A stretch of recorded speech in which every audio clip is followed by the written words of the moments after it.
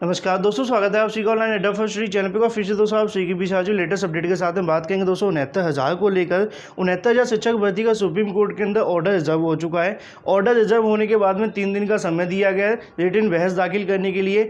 अब ऐसे में सबसे बड़ा जो सवाल है अभ्यर्थी के मन में वो यही है कि फैसला किसके पक्ष में आएगा। सोशल मीडिया पर तमाम भ्रांतियाँ आपको देखने के लिए मिल रही हैं। सबके दोस्तों अपने अपने दावे आपको देखने के लिए मिल रहे हैं, लेकिन जिस प्रकार अगर हम बात करें कुछ मुद्दों पर हम बात करेंगे जो कि दोस्तों फैसले का आप अनुमान लगा सकते हैं, क्योंकि आप सभी को पता है मामला क्या रहेगा, इसके बारे में भी हम बात करने वाले हैं। तो 69,000 कट ऑफ का फैसला किसके पक्ष में रहेगा। साथ में 51,000 का जो प्रस्ताव है इसको भी दोस्तों जो फैसला है वो निर्भर करेगा प्रस्ताव के अंदर क्या कहा गया, मैं इस मुद्दे पर ही बात करूंगा। साथ में अगर बात करें 22,000 सीटों के भारांक मुद्दे को लेकर ही बात करने वाले हैं, और जो रिजर्व सीटें की गई थी, मतलब दोस्तों जैसा कि आप सभी को पता है 37,339 सीटें, उसको लेकर भी हम बात करेंगे। साथ में 22,000 सीटों वाला मुद्दा, भारांक का मुद्दा, यहाँ उसका भी जो ऑर्डर है वो रिजर्व हुआ है। अब ऐसे में उसका क्या होगा इसको भी हम बात करेंगे। तो दिन भर में सारी अपडेट हम कवर करते हैं। वीडियो को लाइक एंड शेयर करना बिल्कुल ना भूलें। साथ में चैनल को सब्सक्राइब कर लें और बेल आइकन को दबा लें, जिससे कि आप सभी को लेटेस्ट वीडियोज नोटिफिकेशन मिलते हैं। चलिए दोस्तों वीडियो शुरू करते हैं। तो जैसा कि कल सुनवाई समाप्त हुई थी, सुनवाई समाप्त होने के बाद मैंने आप सभी को तमाम तरह के जो पॉइंट्स हैं बताए थे सुनवाई के अंदर क्या हुआ, किस तरीके की बहस हमें देखने को मिली, और बहुत सारे पॉइंट्स दोस्तों आपको देखने के लिए मिल रहे हैं जो कि रिटन सबमिशन के अंदर दाखिल किए जाएंगे, चाहे वो बीएड अभ्यर्थी की तरफ से हो या फिर बीटीसी अभ्यर्थी हो या फिर सरकार की तरफ से हो। लेकिन सोशल मीडिया पर जैसा कि मैंने आपको पहले बताया था कि ऐसा आपको यहाँ देखने के लिए मिलेगा तो सही, उसके बाद में दोस्तों यहाँ पर क्या होगा उसको आपको अंदाज़ा लगाना पड़ेगा जिस आधार पर अभी तक जो बहस है वो हुई है। तो सबसे पहला जो पॉइंट दोस्तों आपको यहाँ देखने के लिए मिला है वो सबसे ज़्यादा महत्वपूर्ण पॉइंट ये है कि सरकार का प्रस्ताव। इसके बाद और भी पॉइंटों पे हम बात करेंगे। अब सरकार का प्रस्ताव क्या है, सबसे बड़ा सा सवाल देखने के लिए मिलता है, क्या सरकार की तरफ से कोई ऐसा प्रस्ताव दिया गया जो कहीं ना कहीं सोशल मीडिया पर पहले दावे किए जाते थे कि 40-45 सरकार भर्ती करा सकती है, लेकिन सरकार ने सुप्रीम कोर्ट के अंदर ऐसे कोई हथियार नहीं डाले और ना ही ऐसा कुछ कहा गया। लेकिन सोशल मीडिया पर आप लोगों को मानसिक रूप से पीड़ित किया गया था कि इस तरीके का वहाँ किया जा 40-45 से भर्ती कराने को लेकर सरकार वहाँ पर प्रस्ताव दे सकती है, लेकिन असल में ऐसा कुछ भी नहीं हुआ। लेकिन अगर हम बात करें सरकार की तरफ से यहाँ पे एक प्रस्ताव दिया गया है, लेकिन वो प्रस्ताव क्या है, वो है प्रस्ताव दोस्तों नई शिक्षक भर्ती का। कल अगर बात करें सरकार की तरफ से जब बहस की जा रही थी, उनकी तरफ से यहाँ पे ये कहा गया कि 69,000 के अंदर 1,46,000 अभ्यर्थी 60-65 पर पास हुए हैं, जिसमें से हमारे पास जो चयनित अभ्यर्थी वो 67,000 हैं, जिनका हमने सारा का सारा जो प्रोसेस है वो कंप्लीट कर लिया है, सिर्फ उनको यहाँ पर नियुक्ति देना बाकी है। अब ऐसे में जो बचे हुए हैं उनको यहाँ पर आगामी भर्ती के अंदर मौका दिया जा सकता है, एडजस्ट किया जा सकता है, ऐसा भी दोस्तों ऐश्वर्या भाटी मैम की तरफ से कहा गया। लेकिन जब बात आती है 51,000 पदों को लेकर, तो दूसरे जो अभ्यर्थी वो भी इस बात को लेकर परेशान हो जाते हैं कि कहीं ऐसा तो नहीं है कि सारे के सारे जो पद है वो शिक्षा मित्रों को देने की बात की जाएगी। लेकिन कल सुप्रीम कोर्ट के अंदर इसको लेकर भी स्पष्टीकरण दिया गया कि 51,000 पदों पर नई शिक्षक भर्ती के अंदर मौका दिया जा सकता है। साथ में ये भी कहा गया कि योग्यता के साथ में समझौता सरकार नहीं करेगी। मतलब ये है कि इन पदों पर डायरेक्ट नियुक्ति नहीं दी जाएगी, आगामी भर्ती के अंदर शिक्षा मित्रों को मौका दिया जा सकता है, ऐसा भी सरकार विचार कर सकती है। कोर्ट के सामने एक तरीके से प्रस्ताव भी रखा गया है, लेकिन यहाँ पे एक शर्त ये भी रखी है कि कट ऑफ से कोई भी अगर बात करें, मतलब योग्यता के साथ में उनका कहना था कि कोई भी समझौता नहीं होगा, जो क्वालिटी एजुकेशन देनी है छात्रों को उसके साथ किसी तरह का कोई समझौता नहीं किया। वहीं दूसरी तरफ कुछ अभ्यर्थी इस चीज़ को लेकर पूछ भी रहे थे कि जो खाली पद पड़े हुए हैं उन पर क्या अभी भर्ती हमें देखने के लिए मिल सकती है। भर्ती अभी नहीं आएगी जब तक यूपीटीईटी नहीं होगा। यूपीटीईटी होने के बाद ही प्राइमरी के अंदर आपको जो वैकेंसी है वो देखने के लिए मिलेगी। लेकिन यहाँ पर सुप्रीम कोर्ट के अंदर जो कहा गया है उस पॉइंट को मैं आप सभी के सामने डिस्क्राइब कर रहा हूँ। तो नई शिक्षक भर्ती तो बिल्कुल 100% आएगी, लेकिन अभी आपको बताया कि हालात सामान्य होंगे।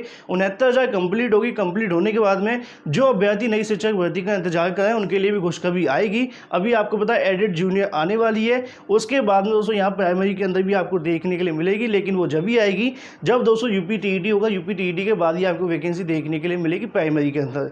तो यहाँ पे जो सरकार की तरफ से प्रस्ताव दिया गया वो प्रस्ताव ये है कि शिक्षा मित्रों को अगली भर्ती मौका दिया जा सकता है, और कोर्ट इसके ऊपर विचार भी करेगी, क्योंकि इसके ऊपर काफ़ी ज़्यादा फैसला जो है निर्भर भी। इसके बारे में हमने पहले भी बात की थी जब दोस्तों आंशिकी को लेकर बेसिक शिक्षा मंत्री जी की तरफ से बयान दिया गया था, बयान के बाद में हमने यहाँ पे देखा भी था। तो ऐसे में सुप्रीम कोर्ट के अंदर ये पॉइंट भी काफ़ी ज़्यादा महत्वपूर्ण रहेगा। अब ऐसे में जब ऑर्डर आएगा तो आपको पता चलेगा। तो कई सारे जो पॉइंट है सरकार की तरफ से जो बहस कल की डेट के अंदर की गई थी, वहाँ पर सरकार कहीं झुकती हुई दिखाई नहीं दी थी। ना सरकार की तरफ से ऐसा लग रहा था कि वो 40-45 को लेकर कराना चाहते हैं। अब ऐसे में सरकार के साथ साथ दोस्तों कोर्ट की तरफ से भी पूछा गया था क्या सरकार भर्ती कराने के लिए प्रतिबद्ध है। तो यहाँ पे भी सरकार को जो है जवाब देना पड़ा, बिल्कुल तैयार है। उनकी तरफ से ये भी कहा गया कि हर साल 10,000 जो शिक्षक है वो सेवानिवृत्त हो जाते हैं, मतलब यहाँ पर उनकी तरफ से बताया गया रिटायर हो जाते हैं। तो इस केस के अंदर उनके पास जो 50,000 के आसपास पद खाली हैं, कितने पदों में भर्ती आएगी अभी दोस्तों जो 100% श्योर तो है नहीं है, क्योंकि 51,112 जो पद है वो खाली हैं, उसी को लेकर यहाँ प्रस्ताव भी दिया गया है। तो काफ़ी हद तक जो फैसला होगा इसके ऊपर भी जो कोर्ट है वो विचार करेगी। दूसरा पॉइंट कौन सा आता है? दूसरा पॉइंट जैसे कि मैंने आप सभी को बताया 60-65 और 40-45 के अंदर जो दोस्तों अंतर है वो ये है, क्योंकि आप सभी को पता है कि 60-65 के ऊपर 1,46,000 अभ्यर्थी पहले से पास हुए हैं, जिसके अंदर 8,000 शिक्षा मित्र हैं। लेकिन दूसरी तरफ अगर यहाँ पे हम बात करते हैं, जैसा कि आप सभी को पता है कि 40-45 जब आप देखेंगे तो 40-45 में 3 लाख से प्लस अभ्यर्थी पास हो जाएंगे, 96%। तो ऐसे में जब 40-45 किया जाएगा और साथ में अगर बात करें जितने 40 शिक्षा मित्र हैं भारांक के बलबूते यहाँ पर सिलेक्शन ले लेंगे, और जितने BEd BTC पास तो होंगे 3 लाख प्लस, लेकिन उनको यहाँ पर सिलेक्शन सिर्फ और सिर्फ 29,000 को ही मिलेगा। तो ये भी काफ़ी ज़्यादा पॉइंट रहेगा। कल दोस्तों अगर बात करें सरकार की तरफ से इस मुद्दे को भी रखा गया है। तो जो अभ्यर्थी आपको ऐसा बताए या फिर सोशल मीडिया पर आपको समझाया जा रहा है कि फैसला किधर आएगा किधर नहीं आएगा, खुद आपको एनालाइज करने की आवश्यकता है। हालांकि हर एक मुद्दे को लेकर सुप्रीम कोर्ट विचार करेगी और विचार के बाद में आपको फैसला देखने के लिए मिलेगा। वहीं अगर बात करें तीसरा सबसे बड़ा पॉइंट देखने के लिए मिलता है, पॉइंट नंबर तीसरा तो है, लेकिन मेरे नज़र से दोस्तों नंबर 1 पॉइंट यही है, क्योंकि यहाँ पे आप सभी को बताना चाहूँगा डबल बेंच की तरफ से जब आदेश आया था 60-65 को लेकर, तो उसके अंदर जैसा कि मैंने आप सभी को पहले भी बता दिया है कि तमाम जो ऑर्डर्स है वो लगाए गए। जब जज साहब की तरफ से ये पूछा गया कट ऑफ ज़्यादा लगाया गया, बाद में क्यों लगाया, एग्जाम के बाद ही आपको कैसे पता चला 60-65, तो इस मुद्दे को भी यहाँ पे स्पष्ट करने की जो कोशिश है वो सरकार की तरफ से की गई। उनका यहाँ पे कहना था कि जो 40-45 में हमारे पास पास अभ्यर्थी थे, मतलब जो पिछली भर्ती में वो 1 लाख अभ्यर्थी थे, तो इस वजह से 40-45 लगाया।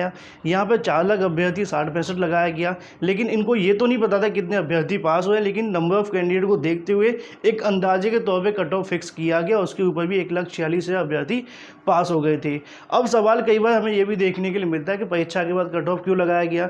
इसके संबंध में तमाम जो ऑर्डर्स है वो लगाए गए, JPSC वाला ऑर्डर लगाया गया, MCD वाला ऑर्डर लगाया गया, और भी दोस्तों योगेश यादव वाला जो ऑर्डर है, तमाम ऐसे हमें ऑर्डर देखने के लिए मिले जिसके अंदर बिल्कुल ये कहा गया कि जब हमारे पास हाई मेरिटोरियस कैंडिडेट हैं, अच्छे नंबर लेकर के आने वाले हैं, तो ऐसे में कट ऑफ बाद में लगाया पहले लगाया इसका कोई मुद्दा नहीं है। इस मुद्दे को भी दोस्तों सुप्रीम कोर्ट के अंदर डिस्क्राइब किया गया, और अभी दोस्तों रिटन सबमिशन के अंदर भी आपको देखने के लिए मिलेंगे। तो तमाम तरह की चीज़ें कोर्ट के सामने रखी गई। वहीं दूसरी तरफ दोस्तों अगर बात करें 68,500 को लेकर 69,000 को लेकर, एक पॉइंट काफ़ी ज़्यादा रखा गया डबल बेंच के अंदर सुप्रीम कोर्ट के अंदर कि 69,000 का जो पेपर का पैटर्न था वो टफ था, लेकिन यहाँ पर शिक्षा मित्रों के पास होने वालों की संख्या 8,000 है। 68,500 की अगर बात करें 7,000 शिक्षा मित्र पास हुए थे, जिनके मुताबिक शिक्षा मित्र कहते हैं कि 68,500 का जो पेपर का पैटर्न था वो सिंपल था। तो ये मुद्दा भी वहाँ पर रखा गया। मतलब तमाम ऐसे मुद्दे हैं जिन मुद्दों के आधार पर फैसले को आप जो डिस्क्राइब कर सकते हैं। हालांकि अभी इस पर विश्लेषण होने के बाद में जज साहब को फैसला लेना है, बहुत सारी चीज़ें आपको देखने के लिए मिलेंगी। तो ऐसे में सोशल मीडिया पे जो चला है इसको लेकर अगर आप लोग परेशान हैं तो कहीं ना कहीं आपको अपने आप एनालाइज करना पड़ेगा। हमने हर एक बिंदु के बारे में आप सभी को बता दिया था जब कोर्ट में बहस होने वाली थी, ये पॉइंट्स वहाँ पर रखे जाएंगे और रखे। तो ये सारे के सारे पॉइंट हो जाते हैं दोस्तों कट ऑफ के बारे में। और भी बहुत सारे पॉइंट है जिनके बारे में मैंने पहले कई बार आप सभी को बता भी दिया है। एक मुद्दा BEd के संबंध में भी है, आज ऑर्डर अपलोड हुआ है, उसके अंदर रूल्स के बारे में बात की, अमेंडमेंट के बारे में बात की गई है, तमाम चीज़ें आपको देखने के लिए मिल रही हैं। तो उसके संबंध में अभ्यर्थी BEd के बारे में पूछे थे, बताना चाहूँगा कि BEd को NCT की तरफ से अलाउ किया गया है, और ऐसा मैं नहीं कर रहा हूँ, सुप्रीम कोर्ट के जजेस की तरफ से कई बार कहा गया है। हमने अगर बात करें डबल बेंच के अंदर भी सुना था, बार बार सुप्रीम कोर्ट की तरफ से और डबल बेंच की जजेस की तरफ से कहा गया। फैसले के अंदर क्या हुआ आपको बता दिया गया था। पहले दिन सुनवाई हुई थी BEd के बारे में, वहाँ पर भी ये स्पष्ट तौर पर कह दिया गया था BEd पर हम विचार नहीं करेंगे। हालांकि BEd की याचिका भी दोस्तों इसी के साथ टैग है, उसका भी जो ऑर्डर का स्टेटस है दिखा रहा है कि ऑर्डर रिजर्व है। मतलब दोस्तों अगर बात करें 69,000 के अंदर जितनी भी याचिकाएं टैग की गई थी, फिलहाल सभी का जो स्टेटस है वो यही शो कर रहा है कि ऑर्डर जो है रिजर्व हो चुका है, चाहे BEd का मुद्दा हो, कट ऑफ का मुद्दा हो, भागांक का मुद्दा हो, या फिर 22 सीटों का मुद्दा हो। ठीक है। तो ऐसे तमाम मुद्दे जो सरकार की तरफ से कल की डेट के अंदर स्पष्ट किए जा चुके हैं। अब ऐसे में सुप्रीम कोर्ट की तरफ से आपको फैसला देखने को मिलेगा, कभी भी आ सकता है। 10 दिन 15 दिन के अंदर आपको जो ऑर्डर है वो देखने के लिए मिल जाएगा। लेकिन बहुत सारे इन पॉइंट्स को अगर आप एनालाइज करेंगे तो आप फैसले तक बड़ी आसानी से पहुंच सकते हैं और यहाँ से आपको काफ़ी कुछ देखने के लिए मिल भी जाएगा। कुछ अभ्यर्थी का यह भी कहना है कट ऑफ ज़्यादा का जो टिप्पणी है वो की गई थी, वो टिप्पणी पिछली सुनवाई में की गई थी। इस सुनवाई के अंदर अभी तक ऐसा कुछ हुआ नहीं है। तो इतना दोस्तों आप सभी को चीज़ें समझनी पड़ेंगी। रिटन सबमिशन के अंदर भी काफ़ी जो पॉइंट है वो रखे जाएंगे और उसके आधार पर आपके सामने जो फैसला आएगा। तो फिलहाल आप सभी पेशेंस रख। तो ये तो दोस्तों यहाँ पे बात हो जाती है सारे के सारे कट ऑफ मुद्दे के पॉइंट्स को लेकर 51,000 पदों के बारे में। जैसा कि मैंने आप सभी को बता दिया कि 69,000 के अंदर ऐड तो नहीं होंगे, लेकिन हाँ इन पे आगामी समय के अंदर भर्ती आएगी, सरकार ने कह दिया है। और साथ में ये भी कहा है कि योग्यता के साथ में कोई अगर बात का समझौता नहीं होगा। अब ऐसे 22,000 सीटों को लेकर अभ्यर्थी पूछ रहे थे, भारांक मुद्दे को लेकर पूछ रहे थे, उनको बताना चाहूँगा कि इनका भी जो स्टेटस है वो यही शो कर रहा है कि ऑर्डर रिजर्व हो गया है। इसके बारे में रिटन सबमिशन के अंदर जो पॉइंट है वो रखे जा सकते हैं। फिर उसके बाद में जो फैसला होगा वो आपको देखने के लिए मिल जाएगा। जैसा कि दोस्तों आप सभी यहाँ पे भी देख पाएंगे, बादाम का मुद्दा आप सभी के सामने लगा हुआ है। ये भी दोस्तों रिजर्व आप सभी के सामने शो कर रहा है, 24 तारीख को कर लिया गया है। इसी के साथ दोस्तों दूसरा मुद्दा आप सभी देखेंगे जो कि 22,000 सीटों से संबंधित है, उसको भी दोस्तों यहाँ पे रिजर्व शो किया जा रहा है। आगामी समय पर इस पर बहस होगी कि नहीं होगी, या इसी के साथ में मामला जो है निस्तारित कर दिया जाएगा। लेकिन फिलहाल दोस्तों इस पर रिटन सबमिशन दाखिल किया जा सकता है, इन मुद्दों को डिस्क्राइब किया जा सकता है। एक दोस्तों याचिका और डाली गई थी जो कि आप सभी के सामने है, 24 तारीख को। इसका भी यहाँ पे जो स्टेटस है वो यही शो कर रहा है कि ऑर्डर रिजर्व हो गया है। तो ऐसे में जो अभ्यर्थी 22 सीटों को लेकर पूछ रहे थे, मैंने पहले भी दोस्तों आपसे को कई बार बता दिया, लगातार अभ्यर्थी इस पॉइंट को लेकर पूछा करते हैं। मैंने कहा है कि सरकार की तरफ से तो ऐसा कुछ देखने को नहीं मिलेगा कि सरकार चाहेगी, लेकिन अगर सुप्रीम कोर्ट की तरफ से फैसला आता है तो ये संभव है कि हो जाएगा। लेकिन अभी तक आपको पता है कि इस मुद्दे पर कोई बहस तो ज़्यादा हो नहीं पाई है, क्योंकि आपको पता है कट ऑफ मुद्दे पर बहस नहीं हुई है। तो ऐसे में रिटन सबमिशन के अंदर कुछ डाला जाएगा कि नहीं डाला जाएगा, इसके बारे में आप सभी को बता दूंगा। और पॉइंट रखने के बाद में सुप्रीम कोर्ट की तरफ से क्या फैसला आएगा, तब तक आप सभी को थोड़ा सा इंतजार करना पड़ेगा। क्योंकि 22 सीटें जुड़ेंगी कि नहीं जुड़ेंगी अभी से कह देना कहीं ना कहीं बहुत सारे अभ्यर्थी परेशान हो जाते हैं और लगातार अपनी चीज़ों को लेकर इस चीज़ के बारे में बात करते हैं।